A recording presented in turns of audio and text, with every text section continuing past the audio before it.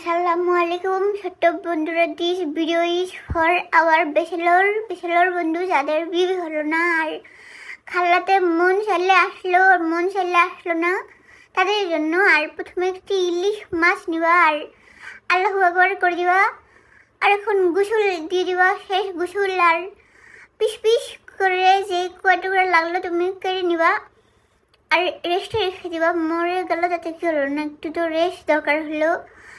আর 5 minute লবণ দিয়ে রেস্টে রেখে দেওয়া পাতালে উঠতে। আর চুলা কিন্তু ওখানে জ্বালানো হলো না, আর বেশি চুল লাগলো না। পেঁয়াজ বাটা দিল, আবার কাটা দিল, আর 2 পদের লাল সবুজ মরিচ মেরে দিল, 2 কালারের হতে হলো। আর হলুদ মেরে দিল 2 চামচ, আবার একটু নিয়ে লবণ মেরে দিল, জল হলে লবণ লাগবে। আর ওরা তেল মেরে দেওয়া, তোমার যডুক লাগে ওডুক মেরে দেওয়া। আর এখনও কিন্তু চুলা জ্বালালো না, আর মাখামাখি করে দেবো একটি খুন্তি দিয়ে, নাহলে হাত দিয়ে করলেও হবে। আর এখন চুলা জ্বালালো মানে হলো বুড়বুড়ি দেখতে পেলাম, তাহলে চুলা জ্বালালো। মার তেলের মাথাতে যখন বুড়বুড়ি উঠে যাবে তখন একটি হরা মুড়ি দিবা, আর 2 মিনিট পরে হরা তুলে নেওয়া। আবার একটি দেখতে পেলে জল হয়ে গেল, পানি দিল, দেখতে পাচ্ছ?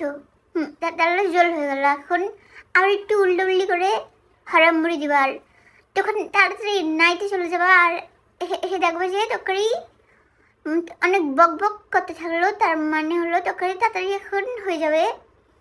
আর মাছের প্যাক পিঠ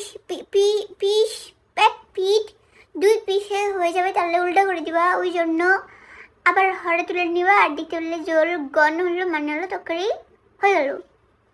আর এখন তুমি খাইতে বসে যাবা, আর দেখতে বলে এখন কদু খেয়ে দেখাচ্ছে যে কেমন হলো। আর তুমি রান্না করে যদি কিছু না বোঝো তাহলে কমেন্টে লিখে দাও, আর তাহলে আমরা বলে দেবো যে কীভাবে রান্না করতে হলো। আর খালাকে ছুটি দিয়ে দাও, দরকার হলো না খালাকে, তুমি রান্না করে খাও।